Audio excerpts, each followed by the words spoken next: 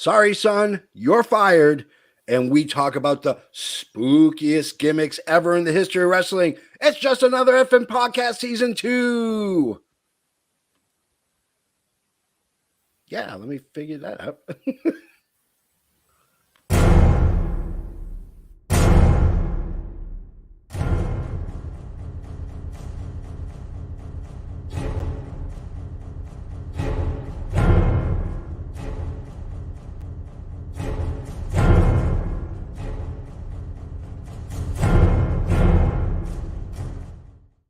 Hit the music.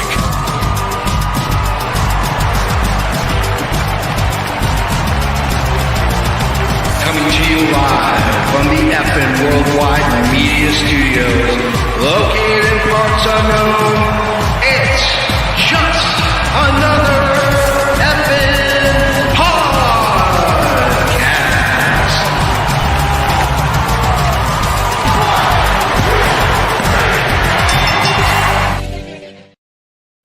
Hey, and welcome to season 2, episode number 6 of Just Another Effing Podcast. I am the rhyme animal, the incredible JFB, James from Boston. And I'm not the enlightened one. I'm that gingered up, bubbly son of a bitch. What's my name again? I'm Canada Dry, damn it! Canada Dry. Always bringing the heat. Always bringing the heat. So we got a great show. We're also going to talk about the scariest and paranormal gimmicks. But before we get into the main event, we have a dark match, and we like to call it effing news.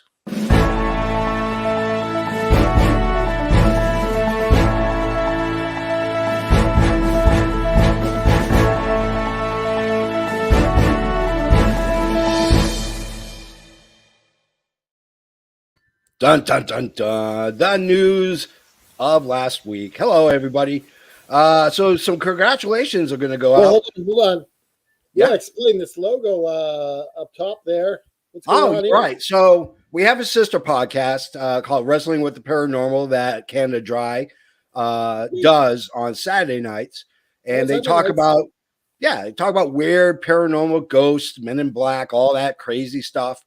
And so they're having the week off. So we thought, hey, let's pick up the ball and let Just Another effing Podcast run with the ball. And so we're doing this as kind of a cross promotion with Wrestling with the Paranormal. And that's why we came up with the scariest and most paranormal gimmicks of all time. That's why I'm wearing the shirt. That's why I got Gimmick Boy. I don't have my Wrestling with the Paranormal shirts in the laundry. So congratulations goes out to Keith Lee and Mia Yim for getting married. And congratulations to Lance Storm, who now is returning to Impact as a producer. Congratulations to Keith Lee and Mia Yim. Congratulations. Huge success. I hope that their marriage stays strong and fruitful. And may their first child be a masculine child. May the first child be all elite. All elite. So apparently the Forbidden Door is going to be open again as a mystery signee will debut on Dynamite. I'm going to go ahead and say I think it's Kazuchika Okada. Who do you think is going to be the mystery opponent? Since it is against, is it Isaiah? Yeah, Isaiah. Yeah. Isaiah Cassidy, is that his name? Yeah, Isaiah Cassidy. Yeah. I think it's Jeff. You think it's Jeff Hardy? Yeah, because is his 90 days up? Yes, but since it's a wrongful firing, is that 90 days even legit? Okay. I'm digging it. Some people are saying it might be someone else that appeared at the Royal Rumble. We'll get into that in just a second. So AXS, which is the home of Impact Wrestling, is now officially on YouTube TV, which means now they're going to get more eyes on their product. YouTube TV is the third largest digital streaming platform for live TV. It's a huge get, and that's a great way to introduce your product to a whole new people. They have over 10 million subscribers on YouTube TV. That's a huge number of people that are wrestling fans that get to watch Impact's product, which is really a decent product. So congratulations on them. I want to talk about the previous topic there with the the Forbidden Door. Yeah, There's a commercial run on TBS that this Wednesday everything could change. Everything could change. Which is like, what's going on with that? Well, it's funny because there's a lot of people whose 90 days just got finished, which we'll get into as well. Yeah. So Dynamite's ratings dropped below 1 million viewers with the Punk and MJF ratings drop. I'm a little surprised because that match might go down as match of the year. It was an absolutely barn burner of a match. Well, that one, and Daniel Bryan and Bryan Danielson and Hangman. Yeah, those are right neck and neck. Yeah, I mean, it was a great match by Punk and MJF, and they told an absolutely you were engrossed with it. It was an engaging storyline. It was a great payoff. I loved it. I was really surprised that he didn't do good at the ratings. Brian Kendricks, he was supposed to fight Jon Moxley last Wednesday.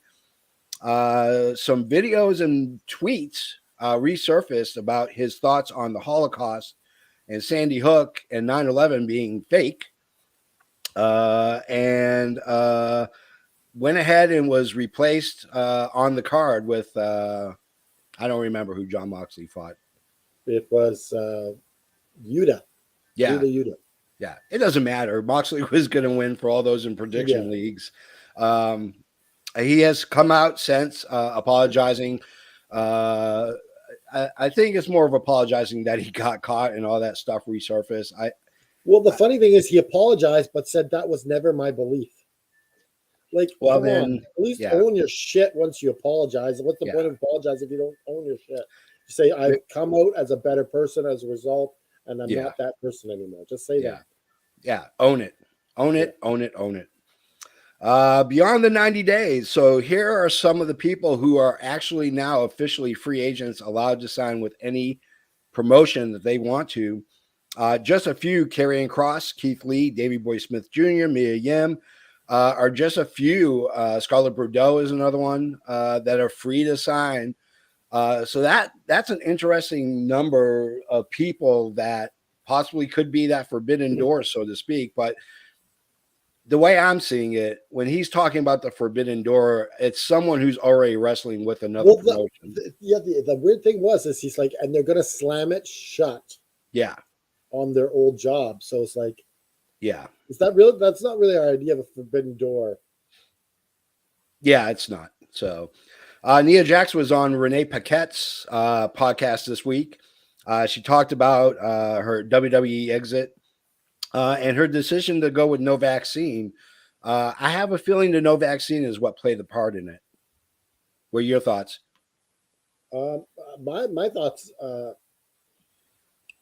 I'm shocked that she didn't get a vaccine, but I'm shocked that WWE called her after firing her.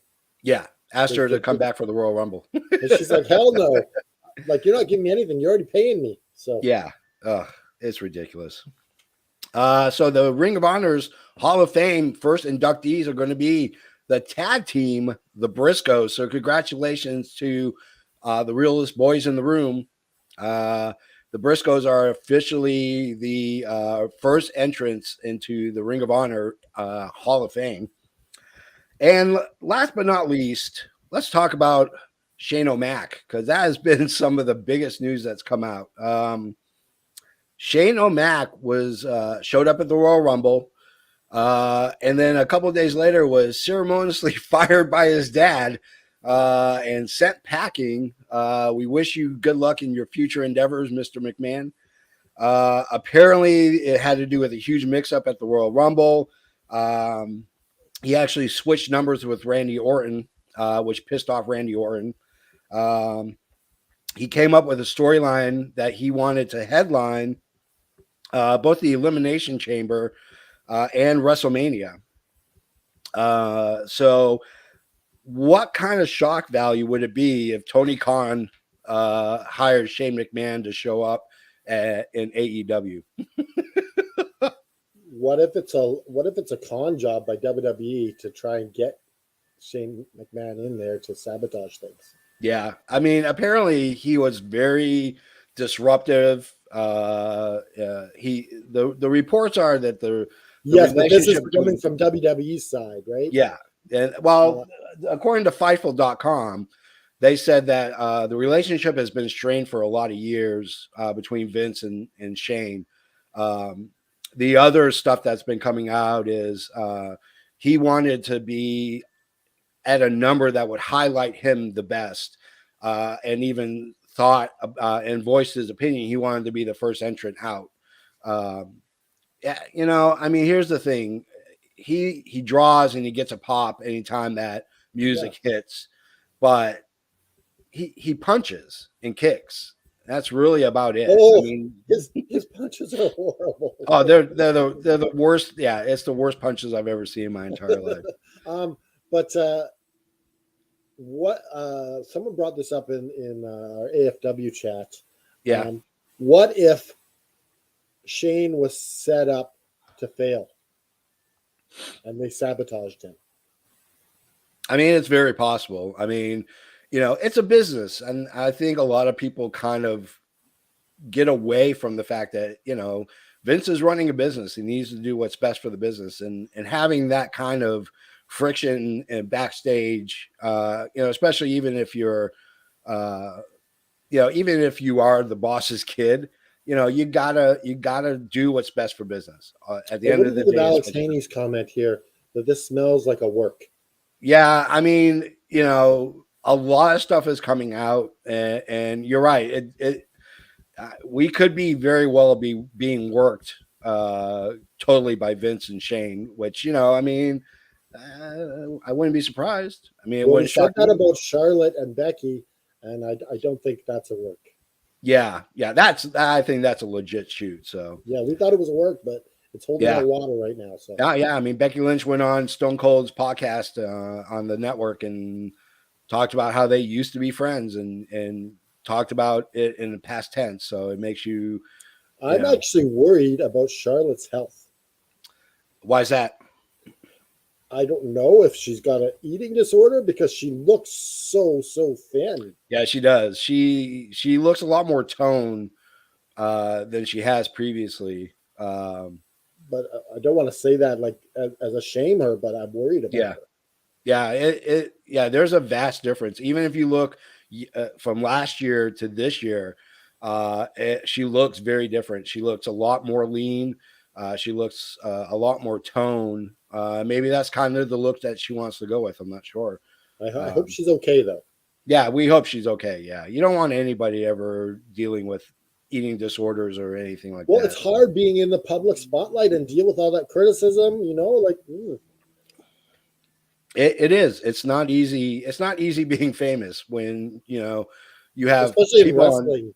Yeah, Like yeah, especially in the you internet keep a wrestling lot of community. criticism from the fans. Like Yeah, as much as I don't like Charlotte as a wrestler, or I don't know her as a person, so I don't know about that. But as much as I don't like her as a wrestler, uh, yeah. she takes a lot of shit Oh from a yeah, lot of fans. yeah, And it's amazing that she's so confident like that. yeah. I don't see anybody that says, "Ah, she's pretty good." It's either I love Charlotte or I hate Charlotte. There's no in between. There's no Yeah. gray area. It's very black and white when it comes to her. Well, that's the way it is with almost everybody. It's very rare you ever see a person say, "Oh yeah, they're pretty good." I don't like them, but I don't dislike them. I'm kind of in the middle. I mean, it's either in wrestling is politics.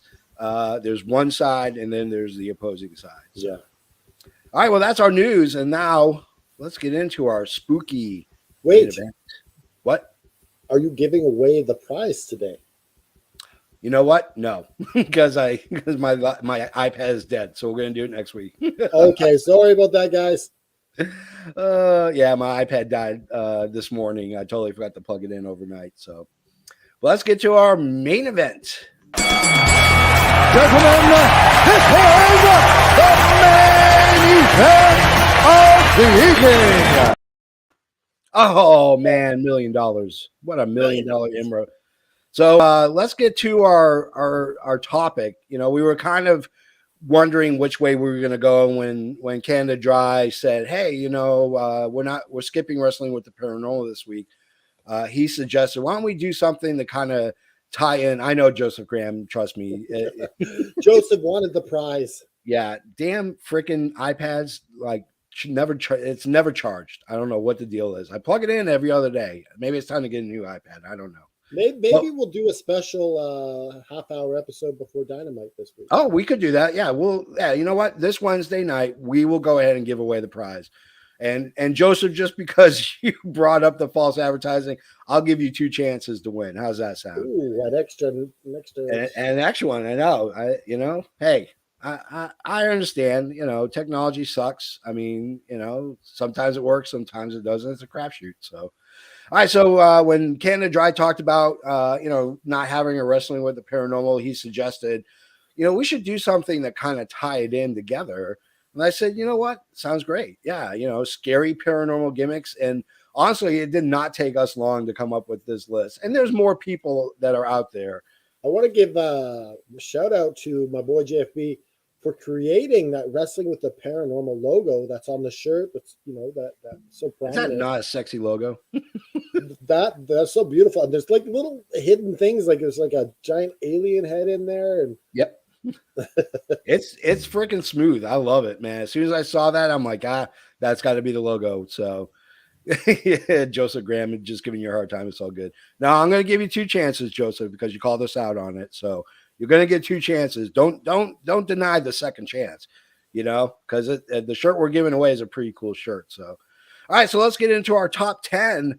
And of course, we had no parameters. We came up with this pretty quick. There are a lot of wrestlers that we left off. We totally understand. Is there a part 2 possibly? Maybe down the line. There's not a lot of paranormal wrestlers to make. Yeah, there's some indie guys that are out there and some guys in Mexico with the scary masks. So, maybe we might do like an obscure list. But why the hell didn't La Parca make this list? La Parca, you know what? Because there's like 3 La Parcas. How do you pick just one? All right, so let's go to our number 10, and that is going to be Mr. Broken Matt Hardy. The sign of a good wrestler is the ability to change or modify a gimmick when the old one wears out. It's welcome.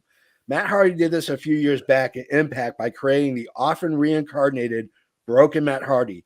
Part paranormal, part insane, Broken Matt Hardy put together a string of matches with his brother Jeff and told this amazing nearly 2-year story that also even went with them when they went to the Indies, and a little bit of it when they went to WWE. I don't know how much you followed of this, but I got to the show late. They were already within 2 months in, and I started seeing all the matches on YouTube, and I said, "Oh shit, you know what? I'm gonna put them all together and I'm gonna just watch them." And that's what I did. And then I actually went to a friend's house to watch the big matches that they had on the compound in North Carolina. What are your thoughts on Broken Matt Hardy?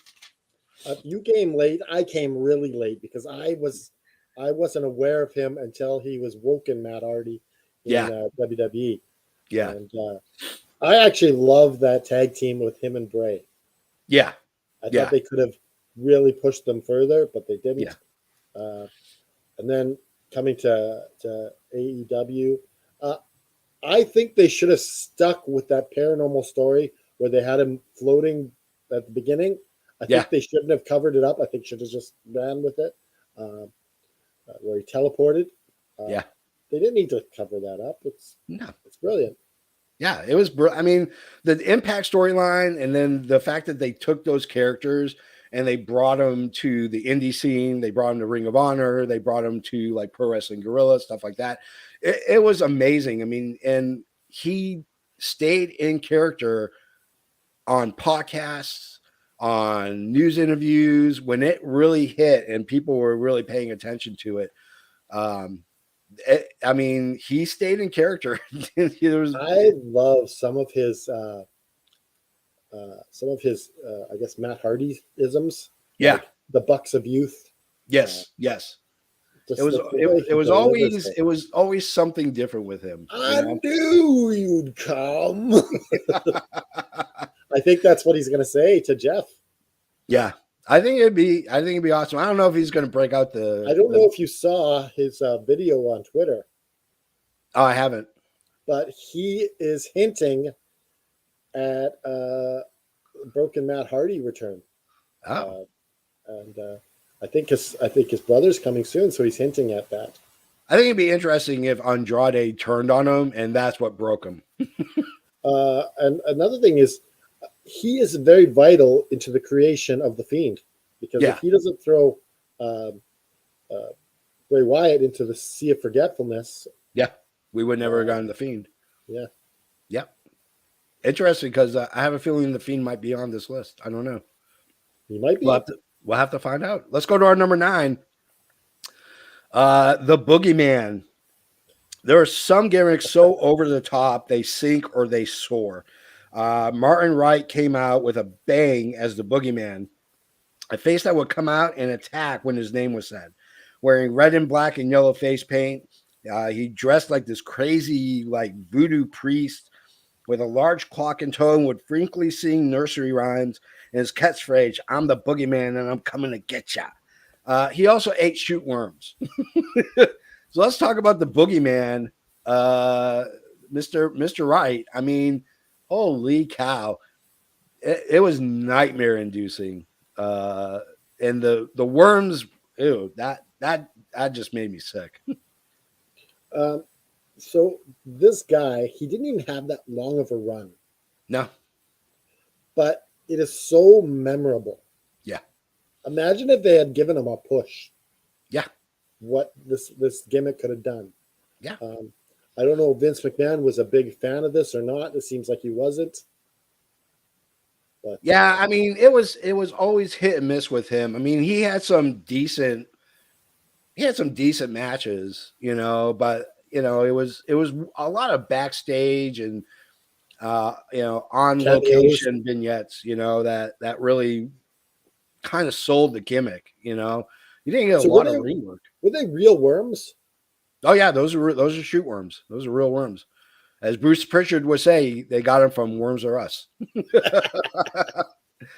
But yeah, I mean, the Boogeyman, he was just frightening. He was just absolute frightening. Just the way he would walk too. He just had this crazy canter to his. Okay, so if you could tag him with anyone, who would you tag him with as a tag team? Oh, geez, I'd pick Papa Shango. You know what? I was thinking that just a little like that would be a deadly team. That would be a great team. And Papa Shango, and what would we call them? The Papa Man. the Papa Man Voodoo Express. The Papa Man Voodoo Express. There we go. Papa Man Voodoo Express, baby. All right, let's go to our number.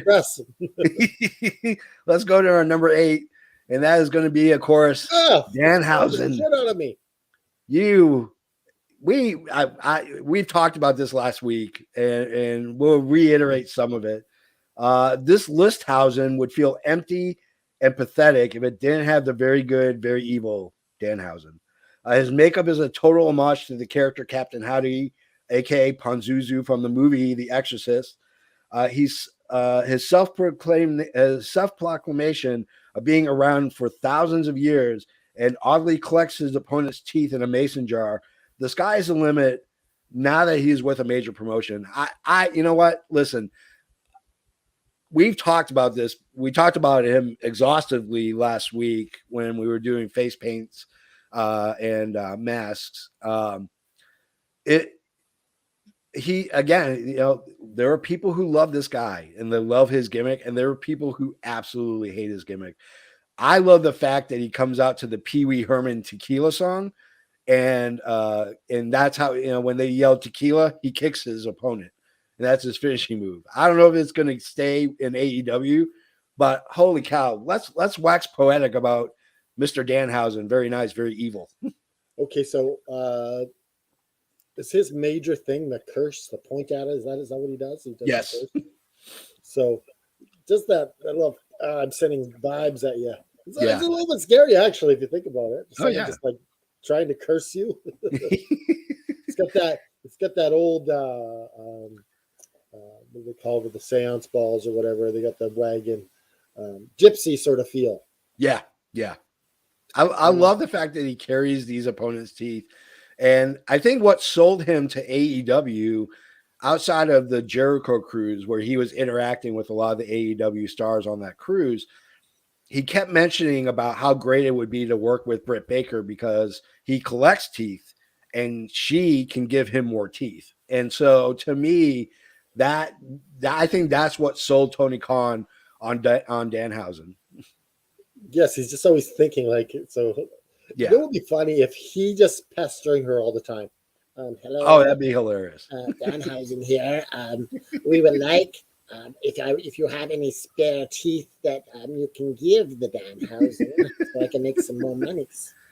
What's so great too is just like just like Matt Hardy with the Broken Matt Hardy character, he stays in character as long as he's got makeup on. He's in character all the time. And he did a podcast with Chris Jericho on Jericho's podcast and great. Stayed in character. There's only one time I remember, I think it was Sean Sapp's podcast where he was out of character and talked in his normal voice and talked about, coming up with the gimmick and the idea and stuff, which I thought was really interesting. So if you guys want to go out there and find the Danhausen podcast, because the Jericho one was entertaining as hell. Jericho with Danhausen. Oh, the Jericho one was just Jerichohausen. I would love to see Broken Matt versus Danhausen. Oh, I would too. Actually, what I would really love to see is I would love to see CM Punk and Danhausen form a tag team together, Punkhausen, and see CM Punk in that makeup. I think would just be absolutely hilarious because I think Punk's at that time when I don't think he's going to ever be seriously considered for a title run. He may, who knows, but I think he's on that back end of his career where he's there to help young talent. And I think it would just be a monumental push off that cliff and soar off into the universe with Danhausen and just do a tag with him. I think would just be hilarious. If they could call themselves Punkhausen, it would be hilarious. All right, so let's get to our number 7. It is, of course, Abaddon. The living dead girl is possibly one of the most unique, scary horror gimmicks in a long time. Abaddon is completely off the rails. One white eye, one bloodshot, and the corpse makeup gives her an undead feel and look similar to the rage monsters from 28 Days Later.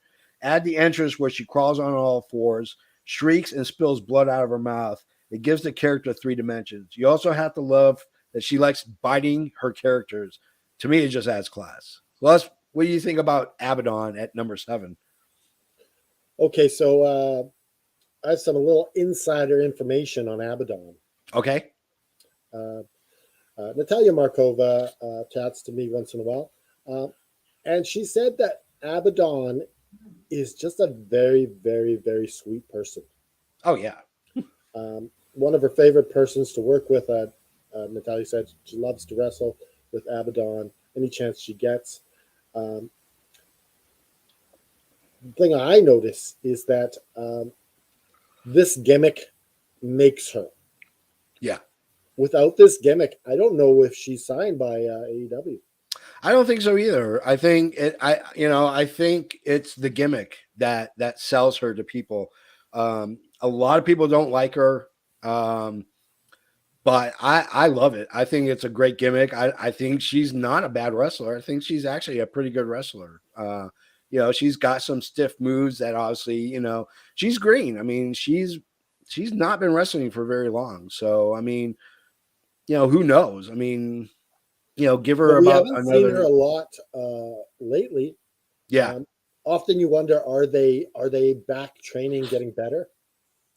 I think she's on the indies, and I think she's getting better. I wouldn't be surprised if she was part of the Nightmare Factory and getting some work in, so she'll show up on Dark or Dark Evolution. Or what about this? She shows up with Bray Wyatt, or she joins House of Black. But I think Wyndham Rotunda and her in a faction. Yeah, it's funny because Wyndham Rotunda actually has slimmed down quite a bit. There was a picture that floated of him at a cigar bar in New York, and he's looking svelte. I mean, he's looks like he's dropped a few pounds, but who knows when Bray Wyatt's ever going to get back to wrestling.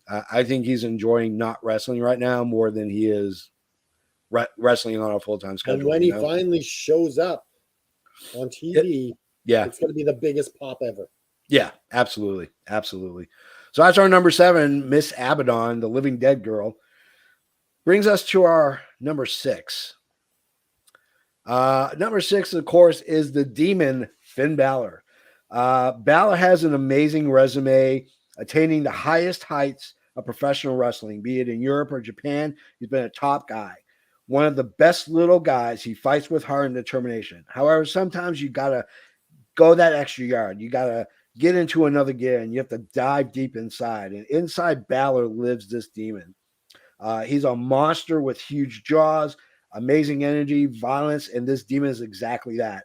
With possibly the most detailed face and body paint, it screams scary as hell to his opponents, instilling fear and giving them while he gets the win. I love when I first saw Balor as the Demon on NXT. I went back and watched a lot of his ICW and Rev Pro stuff, where he would dress up as the Joker or Venom and stuff like that. He really buys into that character. He really changes into that character. He really buys into it. You're right. Jack the Ripper paint was freaking phenomenal. It was just amazing. So what do you think about Finn Balor being on this list? Oh, man. It just makes me sad that he lost to Roman Reigns the way he did. Yeah. The Demon, is that a WWE creation, the Demon? No, he did the Demon at Wrestle Kingdom a couple of times. So one was kind of a zombie demon, the other one was the straight demon. So if he ever leaves, he can still do the character. Yeah, he'll still paint himself. I mean, have to change the name, maybe. I don't know. Yeah, I think he'll change the name. Yeah. But that paint, you're right. I would have to easily say, how did he not make our painted list? I know. We totally forgot. We dropped the ball, and we did. The ball. That paint is probably the best in all of wrestling. Yeah. So. Oh, it is. Yeah, it totally is. I mean, the gear, the helmet he wears with the tentacles that are hanging out. I mean, just the way he walks, he moves. I mean, it's like he has two different people living in his head. And I'll say this: a lot of times when you paint yourself up or you make yourself a scary person, it's to draw away from your lack of talent. Right? Yeah, like you're not that as good as. He's the opposite. Oh yeah, by a landslide. He is just phenomenal, and he doesn't need the Demon, and that's why the Demon is kind of like a side character. He does, much like the Enlightened one. Yeah. I like how he breaks out on bigger events, pay-per-views and stuff like that, the takeovers. It's a huge entertainment value to have. I hope we see him again soon. We haven't seen him forever. I know. I was hoping that he would have been in the Royal Rumble. He was absent. I'm not sure what's going on with him, but hopefully we'll see him soon because I think the world sucks without Finn Balor or Prince Devitt. I don't know who said it, but they said he needs to eat some chips. Yeah. Got to eat a hamburger or something. It's like ripped. So let's get to our number 5. Of course, Papa Shango. Papa Shango. Charles Wright will go down as one of the guys in wrestling with the most remembered gimmicks, all of them iconic. Be it Kama Mustafa, Kama, or The Godfather, they were all awesome, but only one would instill fear in his opponents. Papa Shango was a practitioner of voodoo. His look was focused on voodoo deities, but also after Baron Samedi, the voodoo character in the James Bond movie Live and Let Die. His entrance had a smoking skull, and he would cast spells on the likes of Hulk Hogan, causing pain and sometimes even vomiting. And while the look was great, the reception of the character and the storylines were consistently and constantly ridiculed. I didn't I liked it. It I was a loved it. corny character, but I mean, But I loved when Mean Gene Okerlund had all of a sudden that black goo all over him. He's like, oh yeah, no. It's sad that they didn't really cash in on the Papa Shango character, yeah, especially with the Undertaker, having yeah, them have a clash. yeah. They totally missed the ball on not making that happen. Oh yeah, they dropped the ball on a lot of stuff. I mean, there was gonna the big one was between him and Ultimate Warrior, but then Warrior decided he wanted the challenge for the belt against Macho Man. Yeah.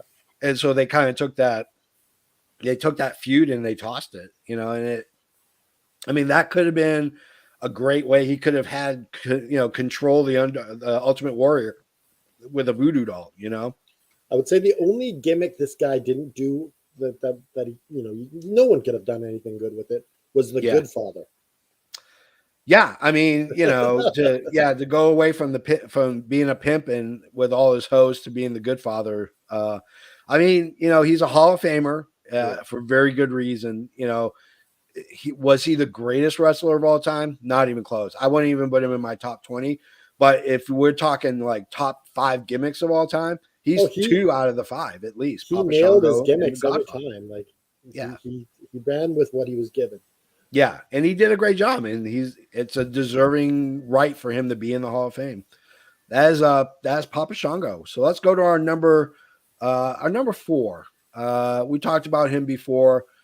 We are talking about the Fiend. Wyndham Rotunda, coming off his start as Husky Harris, is a third generation wrestler who took the creepy and psychological insane character called Bray Wyatt. This character, the way he delivered promos and how he moved in the ring were creepy enough. Then he delivered a revamping of his Bray character, his evil side called the Fiend. This side of Bray was ruthless, violent, and terrifying. His yellow and red eyes shot daggers underneath a mask, looking like stretched face skin, showing off this sinister smile. What's really great about this, and I'm a filmmaker, but I'm a huge horror nut. The mask was partly created by Tom Savini, who happens to be one of the greatest practical special effects persons of all time. If you don't know who he is, he plays Sex Machine in Dusk Till Dawn. He did the makeup in a lot of the Friday the 13th. He did a lot of the practical makeup in Dawn of the Dead and Day of the Dead for George Romero. He is considered to be one of the greatest special effects masters on the face of the earth. So let's talk about the Fiend, Bray Wyatt, Mr. Wyndham Rotunda. So what I really, really appreciate about the Fiend character is the Firefly Funhouse. Yeah. And having that Mr. Rogers character Mm-hmm. as his sort of like his Clark Kent. Yeah. Without that guy, the Fiend doesn't work as well. You're right. Because you need the tame sort of Bray Wyatt. Yeah. Before the Fiend comes out, and the wrestling with, kind of holding the Fiend back, like he's the go-between. And he's like, no, I want to be a nice guy. I want to teach children to love and laugh, and I think he was really upset with how WWE managed the Firefly Funhouse. I agree. Yeah. I mean, we've talked before about Wyndham Rotunda having a great mind for the business. There are guys who wrestle and then they go in the backstage and become producers or they become agents. But there's very few that have a mind for the business, the psychological aspect of creating a character, moving that character, giving a character the reason to be there and in that storyline. Bray Wyatt, Wyndham Rotunda is one of them. The other one being Raven. Those two guys are probably the two most intelligent when it comes to the wrestling business and what it means to develop a character over time. I love Bray Wyatt. I love the Fiend. I love that dichotomy. You're right. It's yin and yang. It's black and white. It's good and evil all in the same person, and that's, I think, what sold the Fiend. And what's really strange is that the WWE is still making money off of the Fiend, regardless of the fact that he's not in the company anymore. Despite the fact that his 90 days is up and he may wrestle at Impact or wherever, the fact is that you can still buy the Fiend replica Universal Championship belt. You can still buy the mask. You can still buy the T-shirts. They're still making money off this character, With and that being obviously said, people are buying it, because if they weren't, they wouldn't be selling it. You know. with that being said, if he showed up this Wednesday on Dynamite, Oh, it would change everything. it would change. It would change the face of wrestling. Because like I said, I mean, regardless of what he does in the ring and regardless of how much creative control he truly is given, you would think that Tony Khan would be smart enough to realize that this guy is pretty smart. I mean, he's been, in the wrestling business all his life. I mean, his grandfather, his father are both professional wrestlers, so he's got a mind for the business. He knows how to create characters that are memorable and create characters that people are drawn to, and I think WWE completely messed up Bray Wyatt. You like the Fiend in WWE, but imagine what the Cult of Wyndham could do in AEW with the chains off. Yeah. Oh yeah. I mean, it would be havoc. It would be absolute havoc. So let's get to our number 3, and we pretty much agreed on our top. We agreed on this top 10 list. We let the fans vote for the bottom 4. So from 10 through 7. When we were going through the final 6, it pretty much was easy to pick. It wrote itself. Yeah, it wrote itself. Yeah, I mean, hell, we couldn't have booked this any better. Number 3, of course, is going to be Malachi Black. It's one thing to lock into a character and then leave it once you leave the promotion. Then the former Tommy End takes it to the next level. While wrestling in WWE as Aleister Black, he had an eye injury. And after leaving the WWE for AEW, he carried the same characteristic with him. That's fucking dedication right there, guys. His character skirts on the edge of occultism, and that he is very much into Eastern philosophies and occult and Wiccan beliefs. And those personal beliefs, I think, adds to this character and to this guy. So let's talk about Malachi Black. Okay, so Malachi Black, he is what was his name in WWE? Aleister Black. Malachi Black is what Aleister Black should have been. Oh yeah. Like I'm sure that he would have loved to have done this in WWE, but yeah, it just stop and start. This character is so great. Yeah. My only concern right now is he's being bogged down in a tag team role. I liked him kind of solo. Yeah, here's the thing. I think the House of Black is going to get bigger. I think they're going to have more people. It's in its growing stage right now. Yeah. I got turned on to Aleister Black and Malachi a lot of years ago when Taz used to have his show on CBS radio. I used to call in and talk to him all the time. And there was this guy, Captain Dave, and lived out in England. And we would chat on Twitter all the time. And he said, I was like, I need something new to watch. I got to find someone that's just different. And he said, I got somebody for you. His name is Tommy End. You're going to love him. He's freaking fantastic. And he shipped me like 15 DVDs, Progress. And all of them had Tommy End either in the main event or the next in the main event. And I totally fell in love with this guy. The power behind his kicks is amazing. Oh yeah. But they look so legit. Oh, yeah. I mean, it looks like he's actually nailing you with the hardest kick he could possibly have. What drew me really to him is he's very philosophical. You could tell from the tattoos on his body. Yeah, he's extremely intelligent. He's very well versed in occultism as well as Wiccan beliefs. Eastern philosophies, Western philosophies.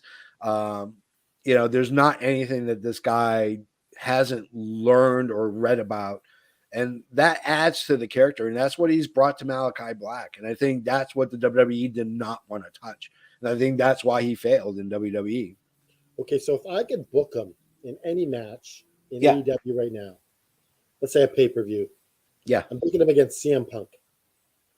I would love to see him against CM Punk. I'd love to see him against Andrade. I would love to see him. I don't think there's anybody who would you book him against? Like, if you have only one guy, who would you book him against? I would book him probably against Andrade. I think him and Andrade had great matches in WWE that were restrained. I would love to see what those two can do with the handcuffs taken off, because Andrade is nothing to snuff at. He's a great wrestler. I mean, he's an absolutely fantastic wrestler.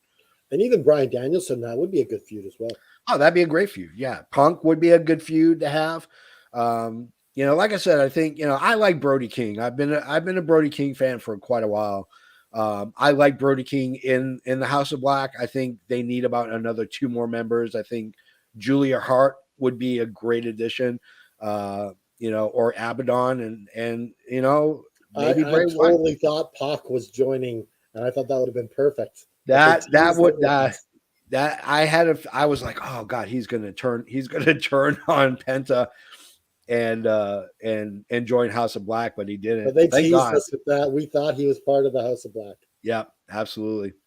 So that's our number 3, Malachi Black. Let's talk about our number 2. It's Kane.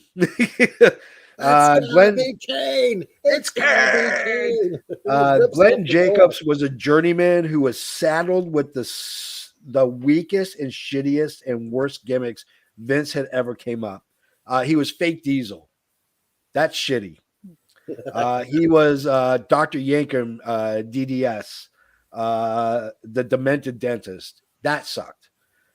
You couldn't help but do a facepalm anytime you saw Glenn Jacobs, because there was a good chance you were going to see the shittiest of shitty gimmicks. And then he was given the chance, the rub, the opportunity to be the greatest friend and foe of the greatest gimmick that Vince ever created, the brother of the Undertaker, Kane. A giant man donned in a red and black mask made his appearance at In Your House Bad Blood as the Taker's brother, ripping the hell in a cell cage to get to him. His entrance of the red lights and the fire on the posts in the rings was fitting for Hell's favorite son. Even when he was eventually unmasked, he was still creepy as shit. I mean, he was creepy as shit. So let's talk about Kane. Let's talk about the mayor of Knox County in Tennessee. Let's talk about Glenn Jacobs and Kane. So he was a dentist before dentists were cool. Right? I did not know that. Well, Isaac Yankum. Oh, yeah, that's right. Isaac Yankum. Yeah. He was a dentist. Yeah, Isaac Yankum, DDS. Yeah. Ugh. Kane. I remember they put that little robot thing, so he didn't originally talk, and they would have his voice go, hello, I'm going to kick your ass. Yeah. With the fire coming down, and he was the match for the Undertaker. He could do everything the Undertaker could do. Yeah. But had fire. Yeah.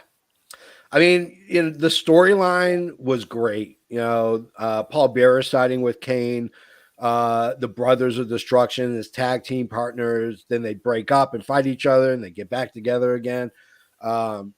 He just looked demonic. I mean, the mask, the hair when he took off his mask, and he had like half of a shaved head, and he looked like he just, and the movie, put in the different colored contacts. Yeah, and then See No Evil, the character he plays in See No Evil, is basically Kane. He looks imposing, and to meet him in real life he's not a small guy at all. He's actually really smart too. Oh, he is very intelligent. Yes. Yeah, very, very intelligent. Yeah, great mind for the business. Yeah, and a lot of it started, it started in FCW and OVW as the Unabomber, where he would wear a hockey mask and kind of the same color scheme, and that's kind of where they built the Kane character from, which is really funny because Well, the Undertaker's original name was supposed to be Kane the Undertaker. That was the original name. So they got rid of the Kane and gave it to Glenn Jacobs. And that is your little fact of today. But yeah, I mean, Mankind didn't make the list, unfortunately. Yeah, Mankind didn't make the list. Because our number one, I think, yeah, everybody knows who the number one character is. Why don't we just get to him? There's no reason to dilly-dally. Let's go to our number one. It is, of course, The Undertaker. Vince created the greatest gimmick of all time when he gave Mark Calloway with the character The Undertaker. Everything about him, from his first appearance at Survivor Series in 1990, he looked like an undead wrecking machine. The large brim hat covering his sunken eyes, the long black jacket, the gloves made him as scary as imposing. Even the way he pinned his opponents, he would lay them out with the tombstone pile driver, cross their arms, and he would tilt his head up and roll his eyes in the back of his head. While he changed his gimmick with the times, it was the undead mortician with the funeral march entrance, walking through the smoke to the ring, was the epitome of scary. I mean, yeah, let's face it. I mean, you know, we've talked about, I've had people have asked me before, where do I rank Undertaker in my top 5 list of greatest wrestlers of all time? And surprisingly, I tell everybody he's number 6. I nothing against Taker as a wrestler. I think he's an amazing wrestler, and I can see why a lot of people consider him to be the greatest of all time. But I always counter it with saying that this is the greatest gimmick ever created, because he protected 100%. this gimmick. If you met him in public, which I've met him twice, I've met him once backstage at a WWE event. I met him again out in the open. And, you know, when I met him backstage, he was in full Taker mode.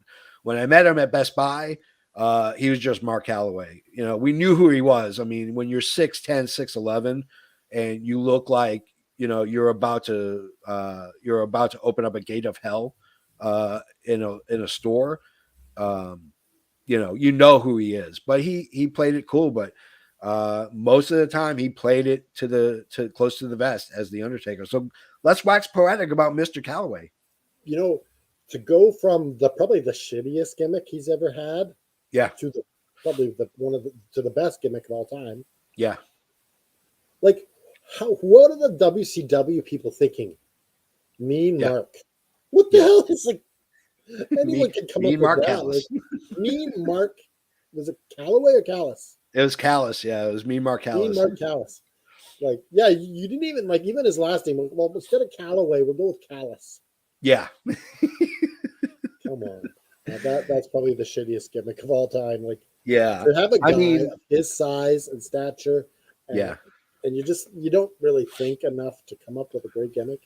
Yeah. I mean, I remember in 90, I was in full wrestling fan mode. I was watching wrestling any way I could get it. And this is 1990 is back in the day when the gimmick, you know, the territories were kind of still around.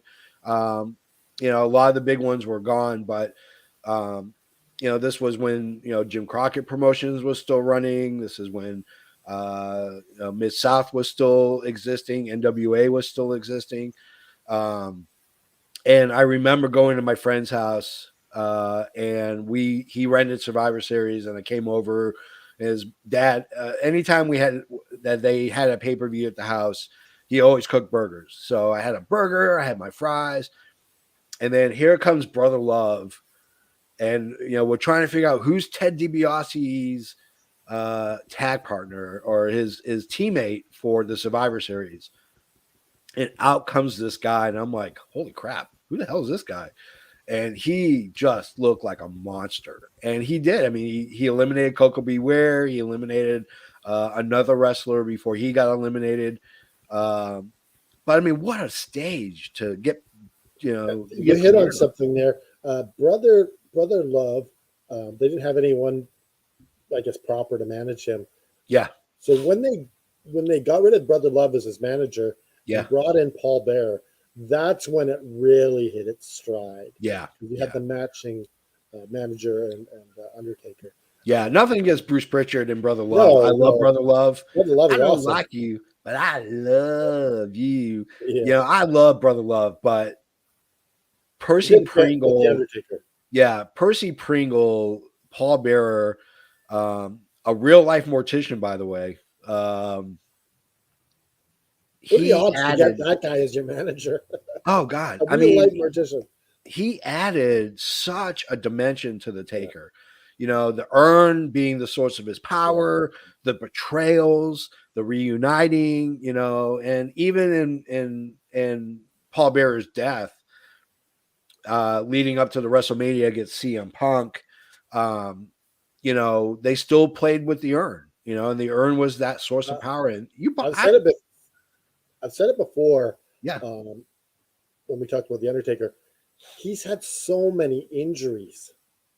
oh Uh, yeah, the fake orbital bone yeah, put in there, just so many. Like the piece of muscle missing from his shoulder. yeah. Uh, He's been lit on fire. well, I think he held on too long. Is the one thing that I would say that he should have retired probably 7 years earlier. I can agree with you on that. Yeah, Because he as much as I love the entertainment that he gave us, yeah, he took years off his life. Sad yeah. to say that. Yeah, That, he that should have the match he had with Shawn Michaels to me should have been his last match. You know, retire with the undefeated streak. You know, the image of him and Triple H and Shawn Michaels on the top of the ramp hugging each other, that should have been the swan song right there. Because there's no better way to go out. And you're right. And I mean, what was really scary was when they were talking Royal Rumble and Michelle McCool being there, and everybody's like, "Oh my God, the Undertaker's going to be there. The Undertaker's going to be there." Well, he's there for his wife, but a part of me was like, "Oh, yeah. he's not gonna suit up and enter the Royal Rumble." Yeah. Surely, I always worry about some of these wrestlers' health because yeah, we lose so many. yeah. And I hope the Undertaker still has a good long life ahead of him. I do. You know, I mean, you know, the likelihood is he'll probably be inducted into the Hall of Fame this year. This is something also. Sting and Taker, the match we never got. That was a major miss. Oh, that was yeah. We should have had that match. It should not have been Sting versus Triple H. It should have been Sting versus the Undertaker. But I you don't know, know if whose fault that was, but it's Vince. you think Vince McMahon would have saw money? Oh yeah, Because yeah, Sting does not need to win. yeah.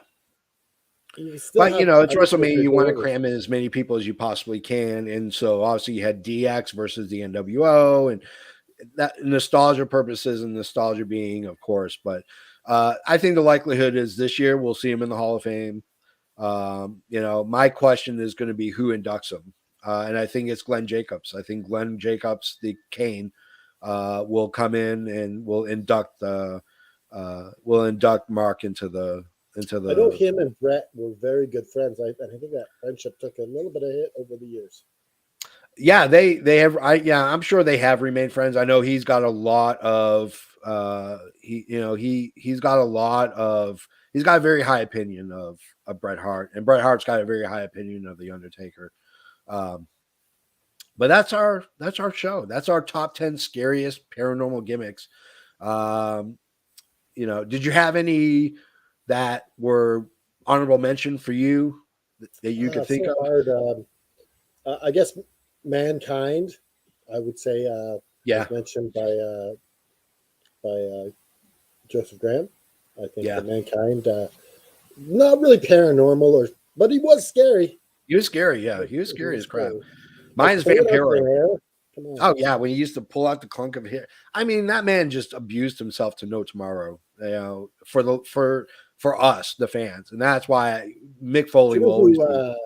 who also could have made the list Who's that? was the Head Shrinkers. Yeah, the Head Shrinkers could have. They had that little human skull that they Yeah. carried around. I had Vampiro. I thought Vampiro should have been on here Yes, too. yeah.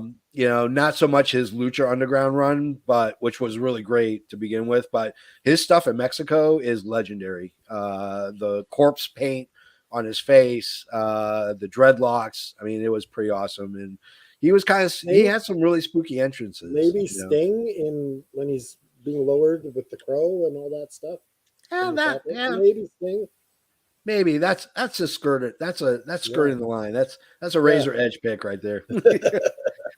All right, so that's our show for the day, for the week, and it's really funny because when we were talking about scary gimmicks, I thought about should we put Hulk Hogan on here for like the movie The Nanny, because that was a pretty scary gimmick, to say the least, and I don't know. You're the one who stays in touch with Hulk Hogan. He doesn't listen to me. He doesn't return any of my phone calls.